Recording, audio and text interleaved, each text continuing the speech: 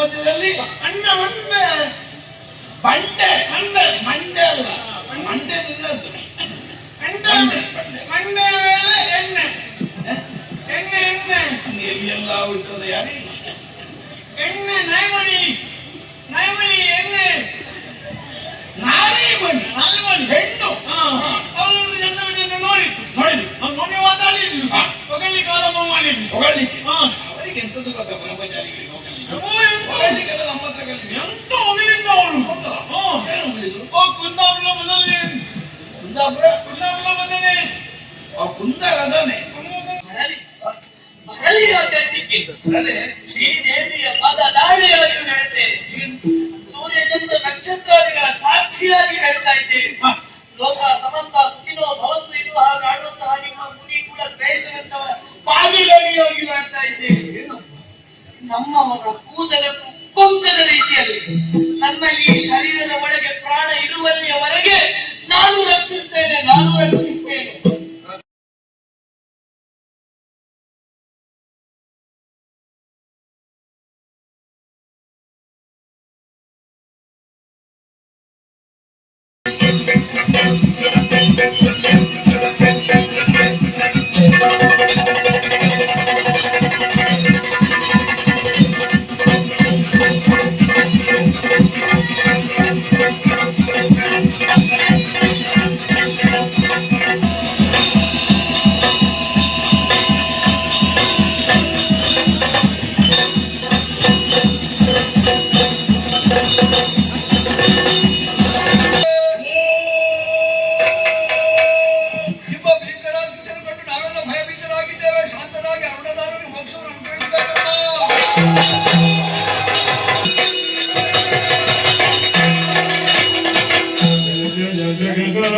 ಜಯ ಜಯ ದುರ್ಗಾ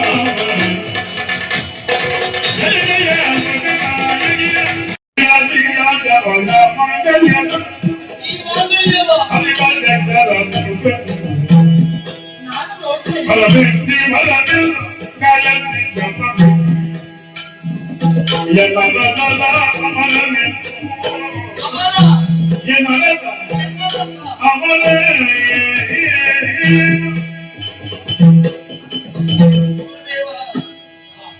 ಪ್ರಾರಂಭದಲ್ಲಿ ಹಾಕಿದೆ ಅವರ ಪ್ರಾಣ ಹೋಗುವುದರ ಬದಲಾಗಿ ನನ್ನ ಶಿರವನ್ನಾದರೂ ನಾನು ಇರಿಸಿಕೊಳ್ತೇನೆ ಅಂತ. ಆ ಹೊತ್ತಿನಲ್ಲಿ ಆಡಿದಂತಹ ಮಾತನ್ನು ಸ್ಥಾಪಿಸುವುದಕ್ಕೆ ನಾನು ಹೊರಡ್ತೇನೆ ಮಹರ್ಷಿಗಳೇ. ಸುರಿಯುವ ನೆತ್ತರ ಪ್ರವಾಹದಿಂದ ಆ ಜ್ವಾಲೆ ಅವರನ್ನು ದಹಿಸ್ತದೆ ಅಂತ ಆದ್ರೆ ಅವರನ್ನು ಉಳಿಸಿಕೊಳ್ಳುವುದಕ್ಕೆ ಯಾರಿಲ್ಲ ಎನ್ನುವ ಹಾಗೆ ಭಾವಿಸಿಕೊಳ್ಳಬೇಕು. ಅವರನ್ನು ಉಳಿಸಿಕೊಳ್ಳುವುದಕ್ಕೆ ಅವರೇ ಸಮರ್ಥ. ಅದೇ ಬ್ರಹ್ಮದೇವರನ್ನು ತಪಸ್ಸಿನ ಮೂಲಕ ಮೆಚ್ಚಿಸಿಕೊಂಡು ವರವನ್ನು ಪಡೆದಂತಹ ಅತಿ ಶಾರದಾ ದೇವಿ ಕೇಳದೆ ಕೊಟ್ಟಂತಹ ಗಾಯತ್ರಿ ಮಂತ್ರದ ತಪದ ಬಲವಿದೆ. ಅವರನ್ನು ಉಳಿಸಿಕೊಳ್ಳುವುದಕ್ಕೆ ಅವರೇ ಸಾಕು. ಒಂದು ವೇಳೆ ಅದನ್ನು ಧಿಕ್ಕರಿಸುವ ಮತ್ತೊಂದು ಶಕ್ತಿ ಬರ್ತದೆ ಅಂತಾಗಬೇಕು. ಈ ಮಾಂಗಲ್ಯವನ್ನು ಹರಿಯುವಂತಹ ಶಕ್ತಿ ಪ್ರಪಂಚದಲ್ಲಿ ಯಾರಿಗುಂಟು ಹೇಳಿ? ಸಾಧ್ವಿಯಾದವಳು ಪಾತಿವೃತ್ಯ ಧರ್ಮವನ್ನು ಆಚರಿಸುತ್ತಾ ಮುಂದೆ ಬರುವಂತಹ ಶಕ್ತಿಯನ್ನು ಧಿಕ್ಕರಿಸುವಂತಹ ಶಕ್ತಿ ಪ್ರಪಂಚದಲ್ಲಿರುವುದಕ್ಕೆ ಸಾಧ್ಯವಿಲ್ಲ. ಕೇಳಿಲ್ವೇ ನಾವು? ಎಂತಿದ್ದವರ ಚರಿತ್ರೆಯನ್ನು ನಾವು ಕೇಳಿಲ್ವೇ? ಅದನ್ನು ನಾವು ಆಚರಿಸಲಿಲ್ಲವೇ? ತ್ರಿಮೂರ್ತಿಗಳಲ್ಲಿ ಮಕ್ಕಳನ್ನಾಗಿ ಪಡೆದಂತಹ ಸತಿಯಾದ ಸುಳ್ಳಾದೇವಿಯನ್ನು ಕಂಡಿಲ್ಲವೇ? ಗಂಡನನ್ನು ಬದುಕಿಸುವುದಕ್ಕೆ ಬೇಕಾಗಿ ಯಮನನ್ನೇ ಬೆಂಬಿಡದಂತಹ ಸಾವಿತ್ರಿ ದೇವಿಯನ್ನು ಕಂಡಿಲ್ಲವೇ? ಸೂರ್ಯ ಚಂದ್ರನ ನಡೆಯಂತೆ ತಡೆದಂತಹ ಸತೀದೇವಿ ಮತ್ತೊಂದು ಕಡೆ ಇಲ್ಲವೇ? ಅವರ ಎತ್ತರಕ್ಕೆ ನಾವು ಏರದೇ ಇರಬಹುದು, ಆದರೆ ಅವರು ಹಾಕಿಕೊಂಡಂತಹ ದಾರಿ ಉಂಟಲ್ಲ, ಅದರಲ್ಲಿ ಹಾರಿದ್ದೇನೆ. ಯಾವತ್ತಿಗೆ ಈ ಮಾಂಗಲ್ಯವನ್ನು ಹರಿಯುವಂತಹ ಶಕ್ತಿ ಯಾರಿಗೂ ಇಲ್ಲ. ಆದ್ದರಿಂದ ಎನ್ನ ರಸ ಅಮರ ಅಜಯ ಅಜಯ ಅಮರನೇ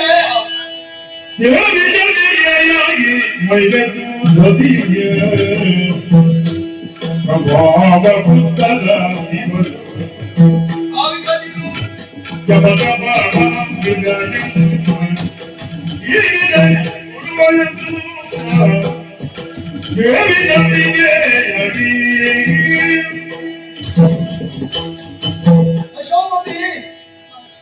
ಎಲ್ಲರ ಕರುಣಾಸನ ವಾಣಿಯವರಿಂದ ವಿಶೇಷವಾದಂತಹ ವರವನ್ನು ಪಡೆದಿದ್ದಾನೆ. ಹಾಗೆಯೇ ಮಂತ್ರ ಉಂಟವ ಹತ್ರ? ಅನುಷ್ಠಾನ ಉಂಟು ನಮ್ಮವರಿಗೆ. ಜಪ ಮಾಡ್ತಾ ಇದ್ದಾನ? ಹೌದು. ಆ ಗಾಯತ್ರಿ ಮಂತ್ರ ಬಿಟ್ಟು ಎಷ್ಟು ಸಮಯ ಆಯ್ತಮ್ಮ? ಹೆಂಡತಿ ಆದಂತ ನಿನಗೆ ಎಲ್ಲಿ ತಿರುಗಕ್ಕೆ ಸಾಧ್ಯ ಉಂಟು ಹೇಳು? ಆದ್ರಿಂದ ಜಪ ತಪ ಈಗ ಯಾವುದೂ ಇಲ್ಲ. ಅವನು ಅನ್ಯಾಯ ಮಾಡುತ್ತಿದ್ದಾನೆ ಎಂಬುದಿಲ್ಲ. ಈ ಕ್ಷಣದಲ್ಲಿ ಏನಾಗಿದೆ ಗೊತ್ತುಂಟ? ಈ ಹಿಂದೆ ಅದೆಷ್ಟೋ ರಕ್ಕಸರು ಹರನಿಂದಲೋ ಬ್ರಹ್ಮನಿಂದಲೋ ವಿಶೇಷವಾದ ವರವನ್ನು ಪಡೆದಿರುವ. ಹಾಗಿರುವಾಗ ಅವರ ಅಳಿವಾಗಿದೆಯಲ್ಲ, ಹಾಗಾದ್ರೆ ಯಾರೂ ಉಳಿದದ್ದಿಲ್ಲ. ಜಾತಸ್ಯ ಮರಣಂ ಧ್ರುವಂ, ಹುಟ್ಟಿದ ಒಂದರೊಂದಿಗೆ ಸಾಯಲೇಬೇಕಲ್ಲ. ಹಾಗಿರುವಾಗ ನಿನ್ನ ಗಂಡ ಅಮರ ಅಂತ ಭಾವಿಸಬೇಡ. ಈ ಗಳಿಗೆಯಲ್ಲಿ ನಿನ್ನ ಗಂಡನ ಮರಣಕ್ಕೆ 3 ಮೂರ್ತಿಗಳಲ್ಲ, ಮೂರ್ತಿ ತ್ರಯರಲ್ಲ, ದೇವಿ ಚಂಡಿಕೆಯಾಗಿ ಬರ್ತಾಳೆ. ನಿನ್ನ ಗಂಡನ ರಕ್ತವನ್ನು ಸೀರ್ತಾಳೆ. ಚಂಡಿಕೆ ಬರ್ತಾಳೆ, ಬರಲಿ, ಆ ಚಂಡಿಕೆ ಬರಲಿ. ಶ್ರೀದೇವಿ ಪದರಾಣಿ ಪದಾರ್ಥಾನಿಗೆ ಎಲ್ಲಿ ಜಗದಮ್ಮ ಮಾನವ ಭೂತವಂತಿಯೇ ಮಾನವ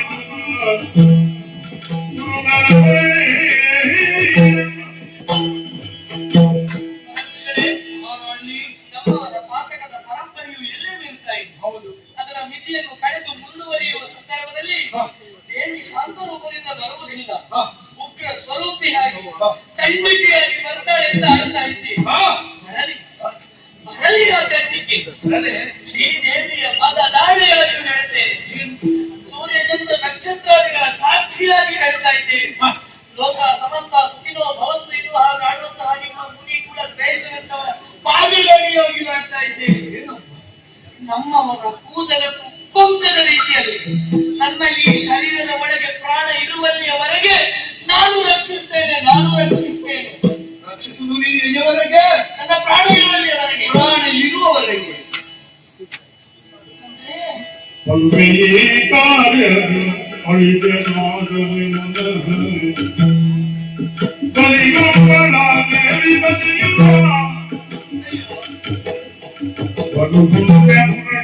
ಅಂಬಿಗೆ ಹಾಗಾಡುತ್ತಾ ಮುಂದುವರಿದೆ. ಉಳಿಸ್ತೇನಂತ ಹೇಳ್ತಾ ಇದ್ದೀನಿ. ನಾನು ಇರುವಲ್ಲಿಯವರೆಗೆ ಉಳಿಸಬಹುದು. ಹೌದು. ನಾನೇ ಗತಪ್ರಾಣನಾಗಿ ಮುಂದುವರಿದ ಸಂದರ್ಭದಲ್ಲಿ ನಿನ್ನ ಗಂಡ ಏಕಾಂಗಿ. ಕರುಣೆ ಈ ಕಾರ್ಯ ಇದುವರೆಗೂ ನನಗೆ ಬರುವುದೆಂತ ನಾವು ಭಾವಿಸಿಕೊಂಡೆ.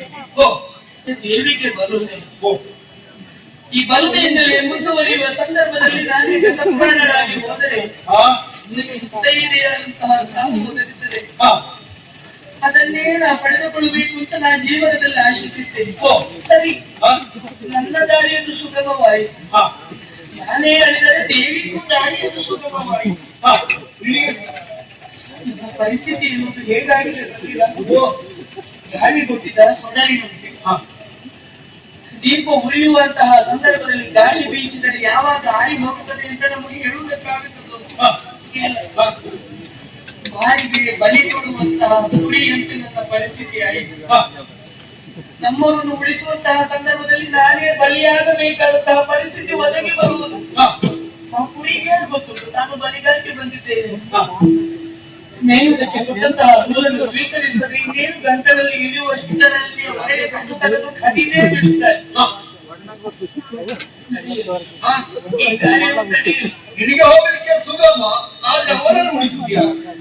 ಅವರನ್ನು ಉಳಿಸಬೇಕು ಎನ್ನುವ ಹಾಗೆ ಇದುವರೆಗೂ ಆಡಿದಂತಹ ಮಾತಿಗೆ ಮತ್ತೆ ಸ್ಥಾಪನೆಯ ಅವಕಾಶ ಇನ್ನುಂಟು.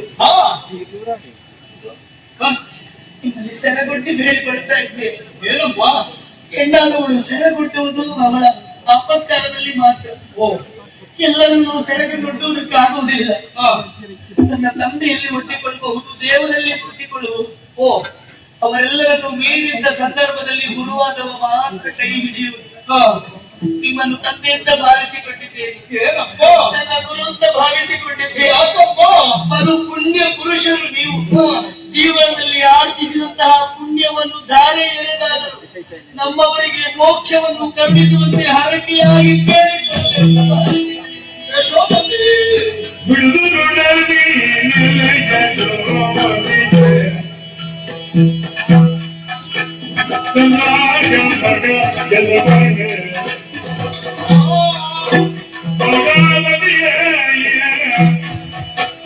Bye.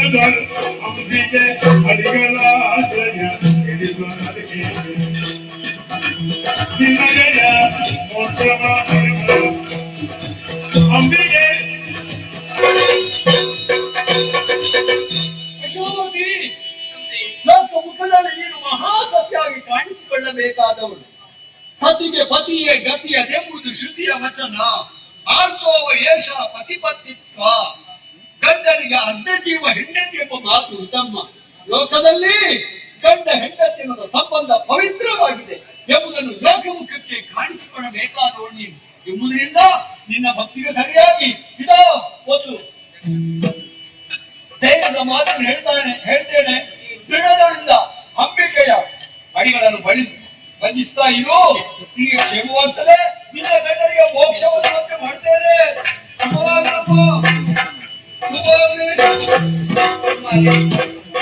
ಕಾವಳು ಅಂಬಿಕೆ ಈ ಧೈರ್ಯದ ಮಾತುಗಳನ್ನು ಆಡಿದ್ದಾರೆ. ಇನ್ನು ಅದನ್ನೇ ಮಾಡಬೇಕಾದ್ರೆ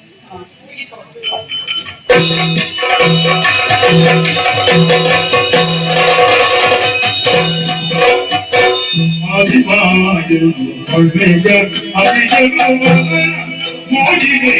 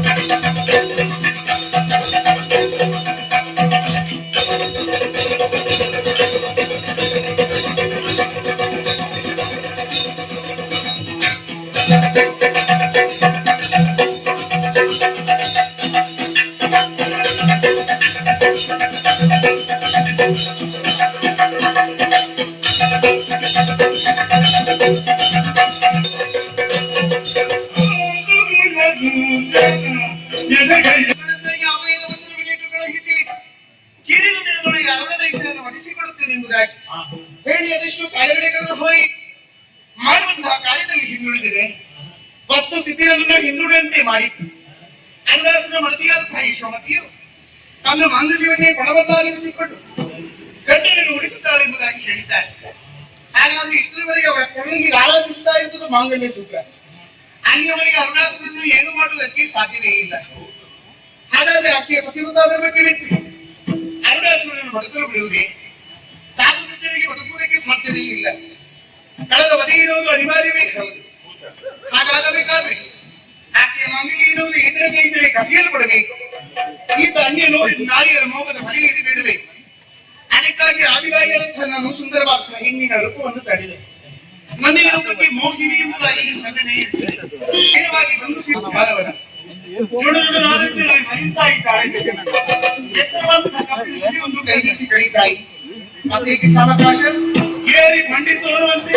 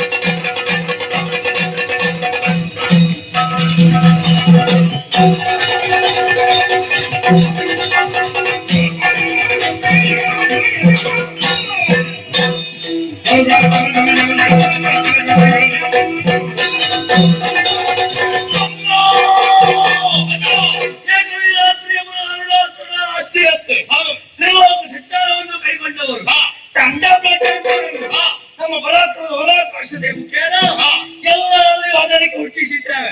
ಆದರೆ ಇಂದು ಸಂಚಾರದ ಪರಿಣಾಮ ಎಂಬಂತ ಹೂ ಅಲ್ಲಿರೊಳಗೆ ಹರಿದು ಬರ್ತಾರೆ.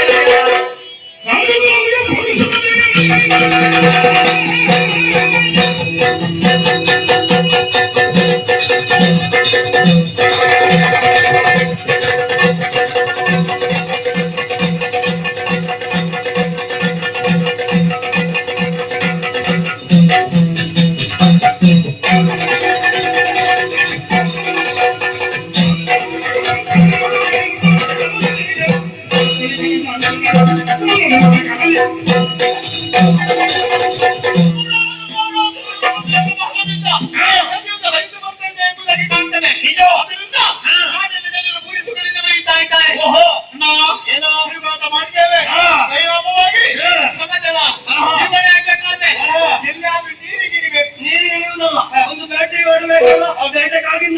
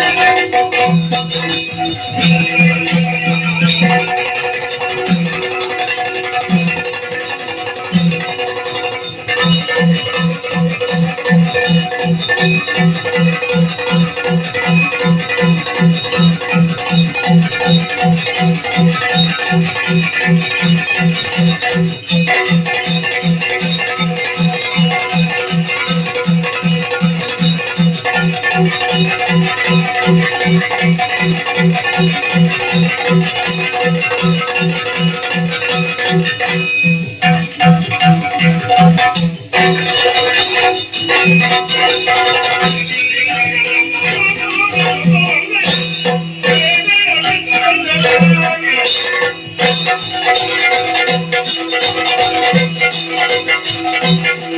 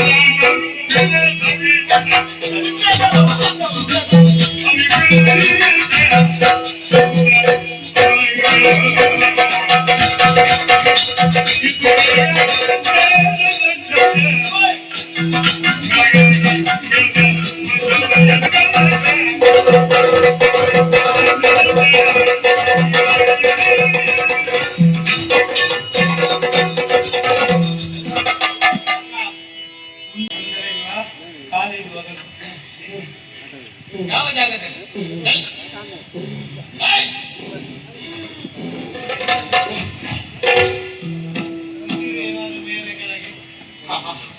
ಅಮ್ಮಮ್ಮ ಅಬ್ಬಬ್ಬ ಅಬ್ಬಬ್ಬ ತಮ್ಮ ಏನಿದು ಏನು ಆಶ್ಚರ್ಯ ಮುಂದುವರೆದು ತಾಯ್ದ ಹಾಗೆ ಆಶ್ಚರ್ಯವನ್ನು ಕಂಡೆ ಎರಡು ನಯನಗಳು ನನ್ನನ್ನು ಬರಸೆಳೆಯುತ್ತಾ ಉಂಟು ಆ ನಯನಗಳು ಮಾತ್ರವಲ್ಲ ಕಾಮಿನ ಬಿಲ್ಲಿನಂತಿರುವಂತಹ ಹುಬ್ಬು ನನ್ನನ್ನು ಆಕರ್ಷಿಸಿತು ಸ್ವಲ್ಪ ಕೆಳಗೆ ಬಂದೆ ಆ ಕೆನ್ನೆಯನ್ನು ನೋಡಿದೆ ಕೆನ್ನೆಯಲ್ಲಿ ನನ್ನ ಮುಖ ಕಂಡಾಗ ನನ್ನನ್ನು ನಾನೇ ಮರೆತು ಹೋದೆ ಆ ತುಟಿ ಏನು ಆ ಗಲ್ಲ ಏನು ಆ ಹುಬ್ಬೇನು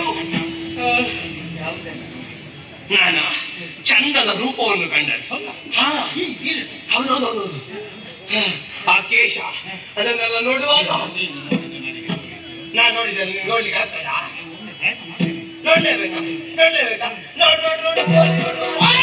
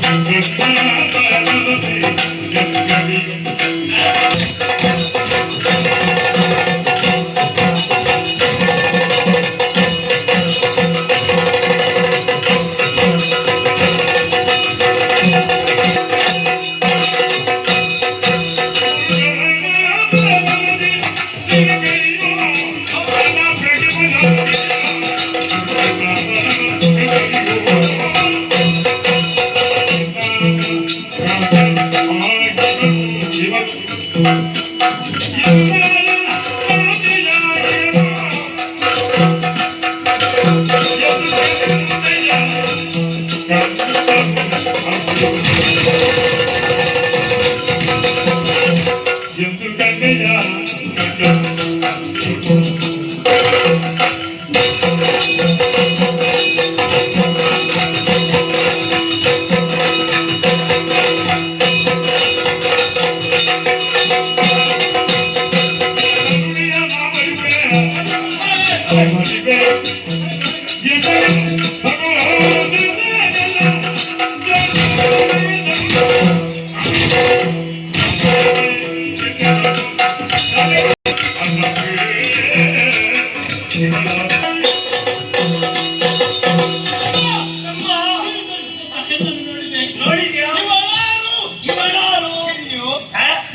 ಸಿರಿ ಸಿರಿ ಹೌದು. ಸಿರಿ ಇಲ್ಲಿಗೆ ಹೇಗೆ ಬರುವುದು?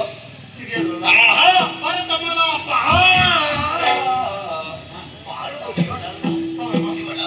ಶಾರದೆಯೋ ಶಾರದೆ, ಕೈಯಲ್ಲಿ ವೀಣೆ ಇಲ್ಲ. ಶಚಿಯೋ ಶಚಿ. ಹೌದಾ? ಅವನಿಲ್ಲ ಶಕ್ತಿ ಧವ ಶಕ್ತಿ ಧವ. ಏನು ತಲೆಗೆ ಬಿಟ್ಟಾಗಿದೆ. ಹೌದಲ್ಲ ಹೀಗಲ್ಲ ನಮಗೆ ಯಾಕೆ ನನ್ನನ್ನು ಸೇರಿಸ್ಬೇಡ. ಮದುವೆ ಆದವರ ಸುದ್ದಿ ಮಾತಾಡ್ತೇವೆ. ಓ, ಮದುವೆ ಆಗಲ್ಲ. ಇವರನ್ನು ಸರಿಯಾಗಿ ನೋಡು. ಮದುವೆ ಯಾವತ್ತೂ ಹೋಗಿಲ್ಲ. ಇವಳು ಹರಿಹರ ರರತಿ ಅಲ್ಲ. ಖಂಡಿತವಾಗಿ ಅಲ್ಲ. ಇಂಥ ಕಾಂತಿ ಮೂರು ಲೋಕದಲ್ಲಿ ಇಲ್ಲ. ಹೌದು. ಇಂಥದ್ದು ಇಲ್ಲ ಅಂತ ಆದ ಮೇಲೆ, ಇಲ್ಲ ಅಂತ ಆದ್ಮೇಲೆ ಇವರನ್ನು ನೋಡಿದ ಮೇಲೆ ನೋಡಿದ್ಮೇಲೆ ನಾನು ವರಿಪೆ. ನೀ ವರಿಪೆ ಏನು ವರಿಸ್ತೀಯ ನೀನು ಅವಳನ್ನು ಬೇಡ, ಅದು ಒಳ್ಳೆಯದಲ್ಲ, ನಿನ್ನಂತವರಿಗೆ ಶೋಭೆ ಅಲ್ಲ. ನೀನು ಈ ಕಾಲದಲ್ಲಿ ಮದುವೆಯಾದೆ ಅಂತ ಆದ್ರೆ ನಿನಗೆ ಆಪತ್ತು ಬರ್ತದೆ. ಹಾಗಾದ್ರೆ ಅವಳಿಗೆ ಒಂದು ದಾರಿ ಆಗ್ಬೇಕಲ್ಲ. ನಾನು ಇದ್ದೇನಲ್ಲ. ನೀನಾಗುದ? ನಾನು ನನಗೆ ಶೋಭೆ, ನಿನಗೆ ಶೋಭೆ ಇಲ್ಲ. ನಿನಗೆ ಶೋಭೆಯ? ಯಾಕೆ? ಜ್ಯೇಷ್ಠ ಭ್ರಾತೃ ಪಿತೃ ಸಮಾನ. ನೆನಪುಂಟಲ್ಲ? ನಾನು ನಿನ್ನ ಅಣ್ಣ, ಅಪ್ಪನಿಗೆ ಸಮಾನ. ನಿನಗೆ ಒಬ್ಬಳು ತಾಯಿ ಬೇಕು. ನಾನು ಮದುವೆ ಆಗಿದ್ದೇನೆ. ನಾವಿಬ್ಬರು ಜೊತೆಯಲ್ಲೇ ನಿಂತು ಒಂದು ಒಳ್ಳೆ ಹುಡುಗಿ ಮಕ್ಕಳು ಹೆಗಲೆತ್ತರ ಮೇಲೆ ಮದುವೆ ಆದ್ರೆ ಬೆಳೆದ್ರೆ ಆ ಬಳಿಕ ತಾಯಿಯಂದಿರನ್ನು ತಂದೆ ಮದುವೆ ತಂದೆ ಇಟ್ಟುಕೊಳ್ಬಾರ್ದು. ಮಕ್ಕಳಿಗೆ ತಾಯಿ ಆಗುವುದಕ್ಕೆ ಮುಂದಾಗಬಾರ್ದು. ಹಾಗಾಗಿ ಇದು ಬೇಡ. ನನಗೆ ನನಗೆ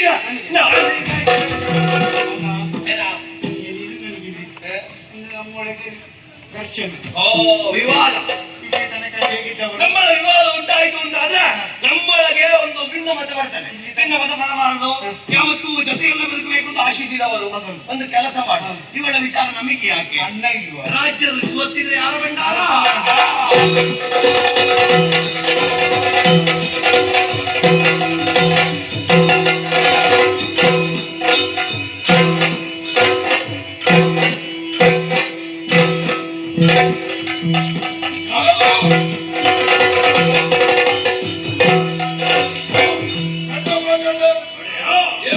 ಒಡೆಯ ಮಡಿಗೆ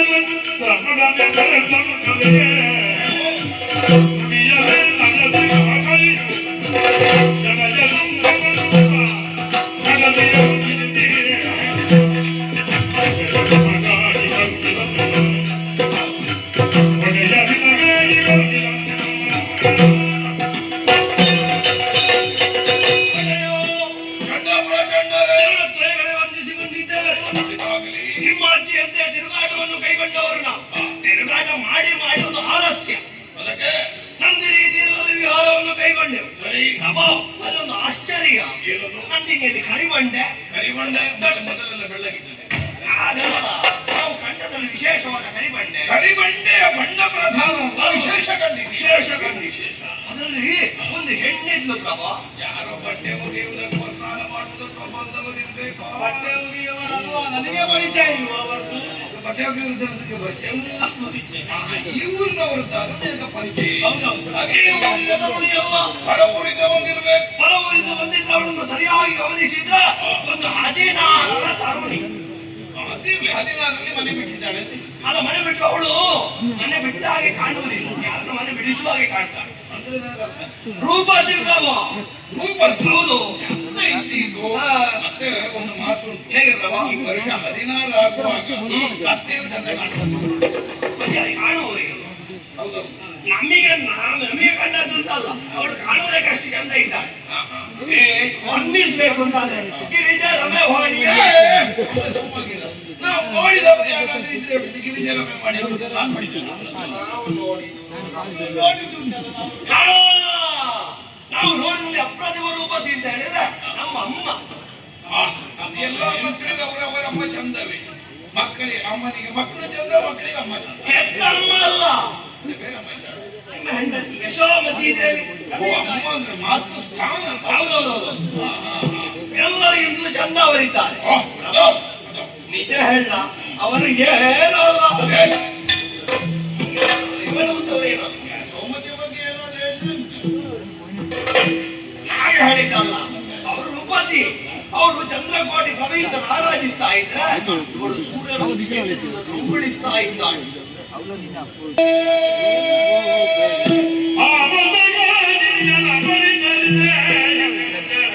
ವಚನವನ್ನು ಆಲಿಸುತ್ತಾ ಏನೋ ಒಂದು ಭಾವ ವೈಪರೀತ್ಯಕ್ಕೆ ನಾನು ಒಳಗಾಗಿ ಅದು ಯಾಕೆ ಬ್ರಹ್ಮ?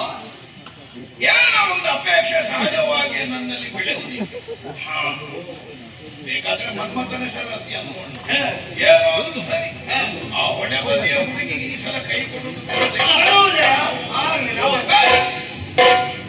ಈಗ ನಾನು ಮದುವೆ ಹೋಗೋದು ನೀವೆಲ್ಲ ಊರು ಬಿಡ್ಬೇಕು ಅಂತ ನಾವು ಊರು ಬಿಟ್ಟು ಹೊರಟದಲ್ಲ ಹಣ ಬದಿಗೊಮ್ಮೆ ಹಾಗೆ ಬರುವಾಗ ಅಲ್ಲಿಂದಲೇ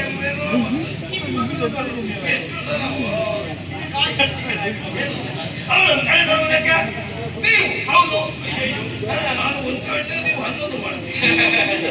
ನಾನು ಯೋಚನೆ ಮಾತ್ರ ಮಾಡಿದ್ದು, ನಿರ್ಣಯ ಮಾಡಿದ್ದ ನೀವು ಯೋಚನೆ ಮಾಡಿದ್ರೆ ಸಾಕು, ಕಾಲಿ ನೋವು ಮಾಡ್ತಾರೆ. ಹಾಗೆ ಮಾಡುವುದಕ್ಕಿಂತ ಮೊದಲಿಗೆ ಏನು ಹೇಗೆ ಅನ್ನುವುದನ್ನೆಲ್ಲ ನಾನು ನೋಡ್ಬೇಕು. ಅಂದ್ರೆ ಈಗ ನಿಮಗೆ ಚಂದ ಕಂಡದ್ದು ಹೌದು. ಈಗ ನೀವು ಚಂದ ಕಂಡದಲ್ಲ ನೀವು ಕಾಣಬೇಕು ಅಂತ. ಒಂದು ಕೆಲಸ ಮಾಡಿ, ಹೋಗಿ ಕರೆತರ್ತೇವೆ, ನೀವು ಆಮೇಲೆ ನಿರ್ಣಯ ಮಾಡಿ ಆಮೇಲೆ ಅಲ್ಲೇ ಬಿಟ್ಟು ಬರ್ತೇವೆ. ಈಗ ಆಮೇಲೆ ಆಗುದಿಲ್ಲ ಅಂದ್ರೆ ಮತ್ತೆ ಅಲ್ಲೇ ಬಿಡು ಬೇರೆ ಜಾಗ ಒಮ್ಮೆ ನಾವು ಕೈ ಹಾಕಿದ ಮೇಲೆ ಕೈ ತೆಗಿಲಿಕ್ಕಾಗ್ತದೆ. ಅದೊಂದು ಕೆಲಸ ಮಾಡು, ಬೇರೆ ಯಾರಿಗಾದ್ರು ಕೊಡುವ. ಬೇರೆ ಯಾರಿಗಾದ್ರೂ ಗೊತ್ತಿಲ್ಲ. ಹೆಣ್ಣು ಬೇಡ ಅಂತಂದ್ರೆ ಅಲಂಕರಿಸಿಕೊಂಡೆ ಮನಮೋಹಿನಿಯ ಪಟೆವಾದನಿಂದಲಿಲ್ಲ ಆ ಮನಮೋಹಿನಿಯ ಪಡೆವಾದೆ ಇರಲಾಯ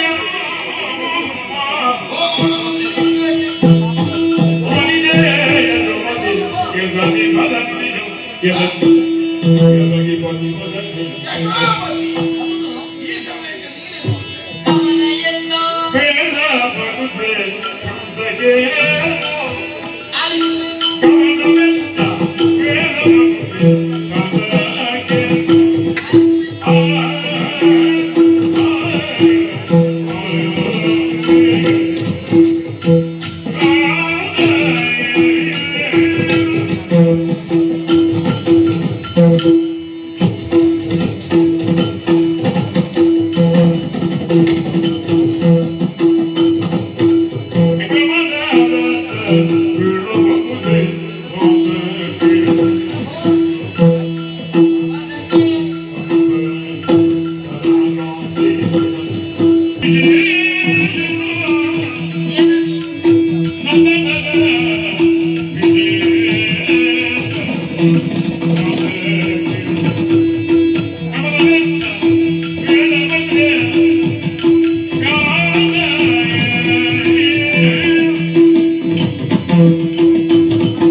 ಪ್ರಭೋ ವಂದಿಸಿಕೊಳ್ತಾ ಇದ್ದೇನೆ. ಸಾಕೆ ಇದು ಎಷ್ಟು ಸಲ ಅಂತ ಇಲ್ವೋ, ಕಂಡಾಗಲೆಲ್ಲ ವಂದಿಸಿಕೊಂಡಿದ್ದೇನೆ, ನಮಸ್ಕಾರ ಮಾಡಿದ್ದೇನೆ, ಬೇರೆ ಕೆಲಸವೇ ಇಲ್ವೋ ಕಡೆ. ಹಾಗಲ್ಲ, ಅದೇನು ಕಾಣುವಾಗ ಭಕ್ತಿಯ ಭಾವ. ಸರಿಯಪ್ಪ, ನಿನ್ನ ಭಾವನೆಯ ಬಗ್ಗೆ ನಮ್ಮದು ಆಕ್ಷೇಪ ಇಲ್ಲ. ಇದೆಂತದ್ದು ಪ್ರಭು? ಆಹಾ, ಆಹಾ, ಆಹಾ. ಪೆಟ್ಟಿಗೆಯಲ್ಲಿದ್ದದೆಲ್ಲ ಹಾಕಿಕೊಂಡೇ ಬಂದಿದ್ದೀರಿ. ಇಡಬೇಕಾದಂತಹ ಎಲ್ಲವೂ ಇಲ್ಲೇ ಉಂಟು. ಎಲ್ಲೋ ಅದನ್ನು ಒಳಗಿದ್ದದಿಲ್ಲ ಅಂತ. ಅಲ್ಲ, ಹಾಗಲ್ಲ, ಯಾವ್ದು ಧರಿಸಬೇಕು ಎಲ್ಲವನ್ನು ಧರಿಸಿಕೊಂಡಿದ್ದೀರಾ ಕಟ್ಟಾಗಿ. ಮತ್ತೆ ಯಾವತ್ತಾದ್ರೂ ಒಂದೊಂದು ಕಡಿಮೆ ಧರಿಸಿ ಬಂದದನ್ನು ನೋಡಿದ್ಯಾ? ಅಲ್ಲ, ಹಾಗಲ್ಲ ಪ್ರಭು, ಇದು ಅವತ್ತಿನ ಹಾಗೆ ಕಾಣ್ತದೆ. ಯಾವತ್ತಿನ ಹಾಗೆ? ಅವತ್ತು ಮದುವೆ ಮಂಟಪದಲ್ಲಿ ಕಂಡ ಹಾಗೆ. ಯಾರ ಮದುವೆ ಅಂತ ಬಂದಿದ್ದು? ನಾನು ಈ ಸದ್ಯಕ್ಕೆ ಯಾರ ಮದುವೆಗೆ ಹೋಗ್ತಿದ್ದೆ? ಯಾರ್ಯಾರ ಮದುವೆ ಮಂಟಪ ಅಲ್ಲ, ನಮ್ಮದೇ ಮದುವೆ ಮಂಟಪ. ನಮ್ಮ ಮದುವೆಗೆ ಸಮಯ ಎಷ್ಟಾಯಿತು? ಹೌದು, ಆಗ ಹೇಗಿದ್ದೀರೋ ಈಗಲೂ ಹಾಗೇ ಇದ್ದೀರಿ.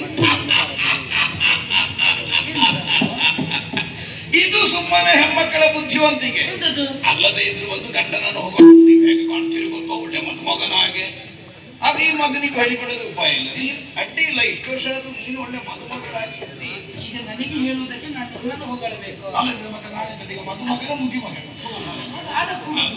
ನಾನು ಆಗ ಸಂಪೂರ್ಣವಾಗಿ ನೋಡಲಿಲ್ಲ, ಆಗ ಓದಿ ಕಣ್ಣಿನಿಂದ ನೋಡು. ಸರಿ ಸರಿ ಸರಿ ಸರಿ ಸರಿ. ಪ್ರಭು, ಅಲಂಕಾರ ಯಾಕೆ ಅಂತ ಅಲ್ವಾ?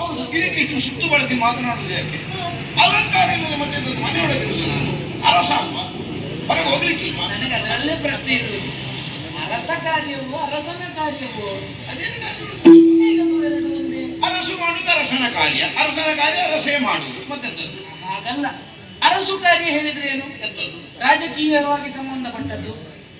ಹಾ ಹಾ ಹಾ ಹಾ ರಾಜಕಾರಣಕ್ಕೆ ಸಂಬಂಧಪಟ್ಟ, ಹೌದು. ಆಡಳಿತಕ್ಕೆ ಸಂಬಂಧಪಟ್ಟ. ಹೌದು. ಅರಸನ ಕಾರ್ಯ ಹೇಳಿದ್ರೆ ತೀರಾ ವೈಯಕ್ತಿಕ. ವೈಯಕ್ತಿಕವಾದ ಸಮಷ್ಟಿಯದ್ದಲ್ಲ. ಆಹಾ. ಸಮಷ್ಟಿಯೋ ವ್ಯಷ್ಟಿಯೋ? ಹೌದು.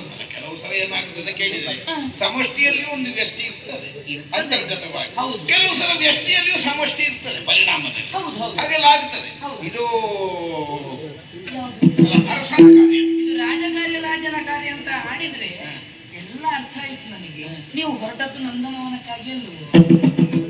ಓ, ನಿನಗೆ ವಿಷಯ ಗೊತ್ತಾಗಿದೆ. ಹೌದು ಹೌದೊಮ್ಮೆ ಹೀಗೆ ತಿರುಗಾಡಿಕೊಂಡು ಬರುವಂತ. ಹೌದು, ಹೀಗೆ ತಿರುಗಾಡುವುದಕ್ಕೇನು ಹೋಗುವುದಲ್ಲ, ನೀವು ಅವಳನ್ನು ನೋಡುವುದಕ್ಕಾಗಿ ಹೋಗುವುದಲ್ಲ. ಅಲ್ಲಿ ಅವಳಿನ ಗುಲಾಬಿ ಹೂವನ್ನು ಈಗ ಅಲ್ಲಿಗೆ ಹೋಗ್ಬೇಕು ಅಂತ ಹೂ ನೋಡ್ಲಿಕ್ಕೆ ಅಲ್ಲ, ಹಾಗಲ್ಲ, ಅಲ್ಲಿರುವಂತಹ ಹೆಣ್ಣನ್ನಲ್ವ ನೋಡ್ಲಿಕ್ಕೆ ಹೋಗುವುದು. ಯಾರು ಹೇಳಿದ್ದು ನಿನಗೆ? ಹೇಳುವುದು ಯಾಕೆ ನನಗೆ ಕೇಳಿಲ್ವೋ? ಯಾರು ನಿನ್ನಲ್ಲಿ ಹೇಳಿದ್ದು? ನನ್ನಲ್ಲಿ ಹೇಳಿದ್ದಲ್ಲ, ನಿಮ್ಮಲ್ಲಿ ಹೇಳುವುದನ್ನು ನಾನು ಕೇಳಿದ್ದು. ನಿನಗೆ ಅದೇ ಕೆಲಸ ಈಗ. ಎಂತದ್ದು? ನನ್ನಲ್ಲಿ ಮಾತನಾಡುವಾಗ ಕಿವಿ ಕೊಟ್ಟು ಕೇಳುದು. ಹಾಗಲ್ಲ ಪ್ರಭು, ನಿಮ್ಮನ್ನು ನೋಡುವುದಕ್ಕಾಗಿ ಬರುವ ವೇಳೆ ಹಾ. ಅವರಿಬ್ಬರು ನಿಮ್ಮಲ್ಲಿ ಮಾತನಾಡ್ತಾ ಇದ್ರು. ಚಂಡವರು ನಾನು ಅಲ್ಲೇ ನಿಂತುಕೊಂಡೆ, ಸರಿ. ಅವರು ಹೇಳುವುದನ್ನು ಕೇಳಿಸಿಕೊಂಡೆ. ಓ, ನನ್ನ ಮೇಲೆ ಅಪನಂಬಿಕೆ ಇಲ್ಲ. ಇವರೆಲ್ಲರೂ ಮಾತಾಡ್ತಾರೆ ಅಂತ ಕಿವಿ ಕೊಡುವಾಗ ನನ್ನಲ್ಲಿ ಮಾತಾಡ್ತಾ ಇದ್ದಾರೆ. ಹೌದು ಇನ್ನೀಗ ಅವರ ಮಾತು ಮುಗಿದ ಮೇಲೆ ಒಳಗೆ ಹೋಗುದಲ್ಲ ಅಂತ ನೀನು ಅಲ್ಲೇ ನಿಂತೆ ಕಿವಿಗೆ ಹೌದು. ದೊಡ್ಡ ವಿಷಯ ಅಡಗಿಸ್ಲಿಕ್ಕೆ ಏನಿಲ್ಲ ಅದರಲ್ಲಿ. ಹೌದು, ಅದಕ್ಕೆ ಹೋಗುದು ಏನಾಯ್ತು? ಬರಲು ಬಹುದೇ ಸತಿ ನೀವು ಅಂದ್ರು ಬಂದಾಳು. ಅಲ್ಲ, ಆ ಸತಿ ಅಲ್ಲ, ಈ ಸತಿ ಎಲ್ಲಿಗೆ? ಬರಲು ಬಹುದೇ ನಿಮ್ಮ ಜೊತೆಯಾಗಿ. ನನ್ನ ಜೊತೆಗೆ ಬರುವುದಕ್ಕೆ ಒಪ್ಪಿ ಆವತ್ತು ಬಂದದ್ದು, ಅದು ಪ್ರಶ್ನೆ ಬೇರೆ. ಇವತ್ತು ಈಗ ಹೋಗುವ ಕೆಲಸಕ್ಕೆ ನಿನ್ನನ್ನು ಕರ್ಕೊಂಡು ಹೋಗ್ಲಿಕ್ಕೆ ಆಗ್ತದೆ. ನಾನು ಬರಬೇಕು ಅಂತ ಅದು ಆಗಿದೆ. ಯಾವ ಹೆಡ್ ಆದ್ರೂ ಮಾಡಿ ಅಲ್ಲ. ಹಾಗಲ್ಲ ಒಂದು ಹುಡುಗಿಯ ಬಳಿಗೆ ಹೋಗುವಾಗ ಹಂಟಕ್ಕೆ ಕರ್ಕೊಂಡು ಅಲ್ಲ, ಹಾಗಲ್ಲ, ನಾನು ಯಾಕೆ ಕೇಳುದು, ಈಗ ನೀವು ಇಲ್ಲಿಂದ ನಿಮ್ಮ ಗಮನ ಅತ್ತ ಕಡೆ ಸೆಳೆಯಬೇಕು ಅಂತಾದ್ರೆ ಇಲ್ಲಿ ಏನೋ ಕೊರತೆಯಾಗಿದೆ ಎನ್ನುವುದು ಸ್ಪಷ್ಟವಲ್ಲವೇ? ಅಂದರೆ ನನ್ನ ರೂಪದಲ್ಲಿ ಕೊರತೆಯಾಯಿತು, ನನ್ನ ಸೇವೆಯಲ್ಲಿ ನೀವೇನು ಹಿಂದುಳಿಯುವಿಕೆಯನ್ನು ಕಂಡಿರಿ, ನನ್ನಲ್ಲಿ ಏನು ಕೊರತೆಯನ್ನು ಕೆಲವೊಂದು ಹೆಚ್ಚಿನ ನೀವೆಲ್ಲ ಕನ್ನಡಿಯಲ್ಲಿ ನಿಮ್ಮ ಮುಖವೇ ನೋಡುದು, ಕನ್ನಡಿಯ ಹಿಂದಿರುವವನ ಮುಖ ನೋಡುವುದಿಲ್ಲ. ಅದೇ ಕಷ್ಟ. ಎಂತದಕ್ಕೆ ಕನ್ನಡಿಯಲ್ಲಿರುವವರು? ರಸಿಕನ ಹೃದಯ ಹೇಗೆ ಬಲ್ಲೆಯವರಿಗೆ?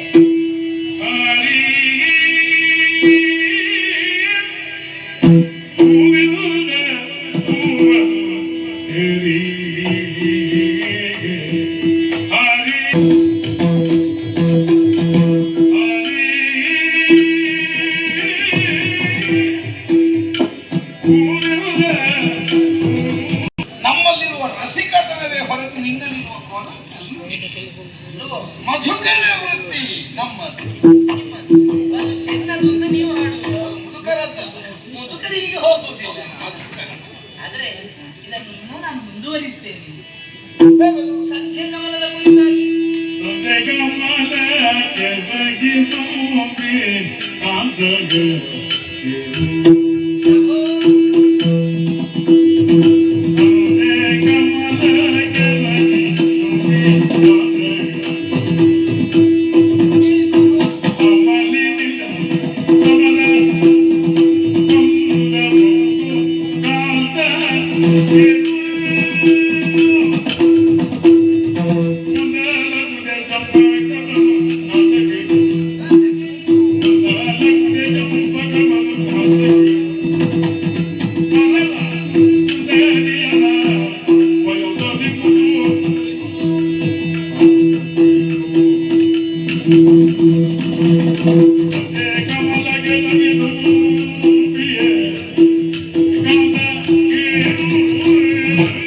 ನೀವು ಅತ್ತ ಕಡೆಗಾಗಿ ಗಮನಿಸುವುದಲ್ಲ, ಇದೊಂದೇ ಕಾರಣವೇ ಇರಬೇಕಾಗಿಲ್ಲ ಎನ್ನುವ ಹಾಗೆ ನೀವು ಆಡುವುದಕ್ಕೆ ತೊಡಗಿದ್ದೀರಿ. ನನ್ನಲ್ಲಿ ಕೊರತೆ ಉಂಟು ಅಂತ ನಾನು ಆಡಿದ್ದಲ್ಲ, ನನಗಿದ್ದಂತಹ ಒಂದು ಸಂಶಯವನ್ನು ನಿವಾರಿಸುವುದಕ್ಕೆ ಬೇಕಾಗಿ ಆಡಿದಂತಹ ಮಾತು. ರಸಿಕರ ಜೀವನಕ್ಕೆ ನಾನು ಹೋಲಿಕೆ ಮಾಡುವುದಕ್ಕೆ ತೊಡಗಿದ್ದೀನಿ. ಅದಕ್ಕೆ ಅರ್ಥ ಅದರಲ್ಲಿ ನಿಂತುಕೊಂಡಿದ್ದಲ್ಲ. ಈ ಮಧುಕರ ವೃತ್ತಿ ಮಧುವನ್ನೇ ಹೀರುತ್ತಾ ಹೀರುತ್ತಾ ತುಂಬಿರುವುದು ಅಮಲೇರಿದಂತಹ ಸಂದರ್ಭ. ಯಾವುದೋ ಒಂದು ಹರಡಿದಂತಹ ತಾವರೆಯಲ್ಲಿ ಕುಳಿತುಕೊಳ್ಳುತ್ತದೆ. ಈ ತಾವರೆಯ ಸ್ವಭಾವ ಹೇಗೆ? ಸೂರ್ಯ ಉದಯವಾಗುವಾಗ ಅರಳುತ್ತದೆ, ಸೂರ್ಯ ಅಸ್ತಮಿಸಿದಾಗ ಅದು ಮುದುಡಿಕೊಳ್ಳುತ್ತದೆ, ಅಲ್ವೋ? ಈ ಅಮಲೇರಿದಂತಹ ದುಂಬಿ ಒಂದು ಮತ್ತೆ ಹಾರುವುದಕ್ಕೆ ಅದಕ್ಕೆ ಸಾಧ್ಯವಾಗುವುದಿಲ್ಲ. ಅಮಲಿನ ಪ್ರಭಾವದಿಂದಲೇ ಅಲ್ಲೇ ಕುಳಿತುಕೊಳ್ಳುತ್ತದೆ. ಭ್ರಮರ ಬಂಧ, ಭ್ರಮರ ಬಂಧವಾಗುವುದು, ಕಮಲಿನಿಯೊಳಗೆ ಸಿಲುಕಿಕೊಳ್ಳುತ್ತದೆ. ಇದೇ ದುಂಬಿ ಕೆಂಡ ಸಂಪಿಗೆಯನ್ನು ಬಯಸಿದರೆ ಏನಾಗುವುದು? ಅಯ್ಯೋ, ಅದು ದುಂಬಿಗೆ ಮೃತ್ಯು ಸ್ಥಾನ. ಅಲ್ಲಿ ಬಂದಂತಹ ಹೆಣ್ಣು ಎಲ್ಲಿಯವಳು, ಯಾವ ಕುಲದವಳು, ಅನ್ಯ ಸತಿಯೋ ಎನ್ನುವುದನ್ನು ನಾವು ಅರಿತವಳಲ್ಲ. ಒಂದು ವೇಳೆ ಆಕೆ ಅನ್ಯ ಸತಿಯಾಗಿದ್ದಾಳೆ, ಅವಳನ್ನು ನಾವು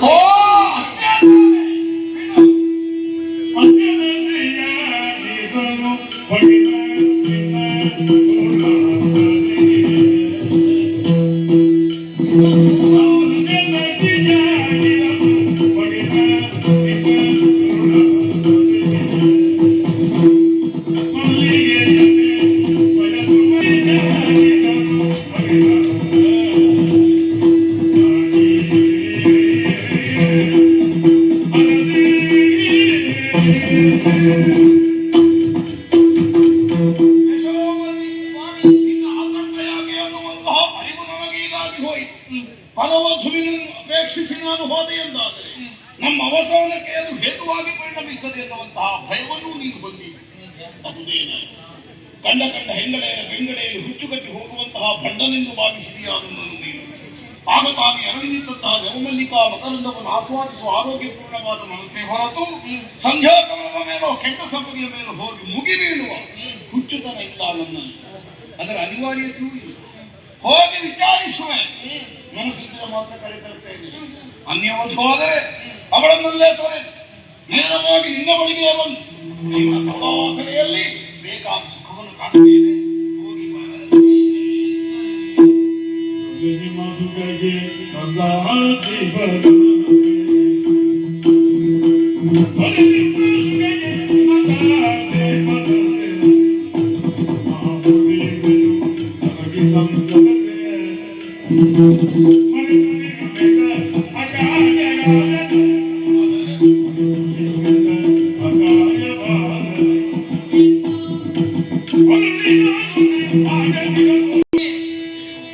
ನನ್ನ ಪಾಲಿನ ಸೌಭಾಗ್ಯ ನೀವು ನನಗೆ ದೊರೆತದ್ದೇ ನನ್ನ ಪೂರ್ವ ಜನ್ಮದ ಸುಕೃತದ ಫಲ ಅಂತ ನಾ ಭಾವಿಸಿಕೊಳ್ಳಿ.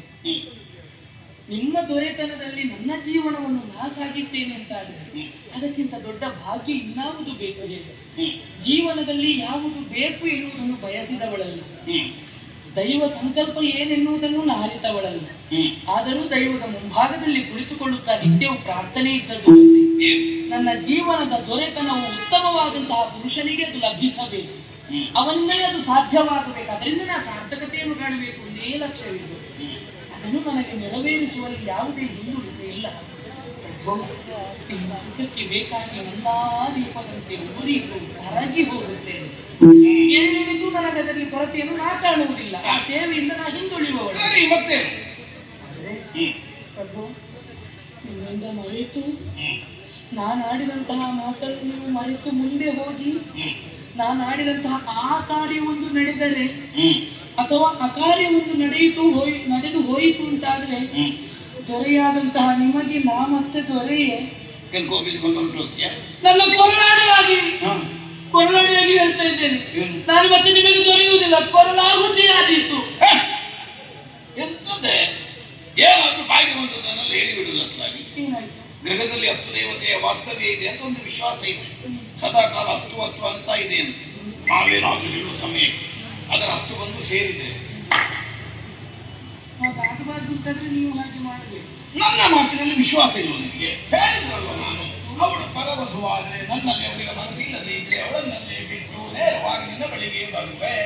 ಆಗುವುದಿಲ್ಲ, ನನಗೊಂದು ಆಣೆ ಮಾಡಿ ಪ್ರಮಾಣ ಅದೆಲ್ಲ ಬೇಕಾ ನಮ್ಮ ಅಲ್ಲ ನಂಬುದಿಲ್ಲ. ದೃಷ್ಟಿಯಿಂದ ಸರಿ, ಯಾಕೆಂದ್ರೆ ಮನಸ್ಸು ಅನ್ನೋದು ಹುಚ್ಚು ಕುದುರೆ ಇದ್ದಾಗ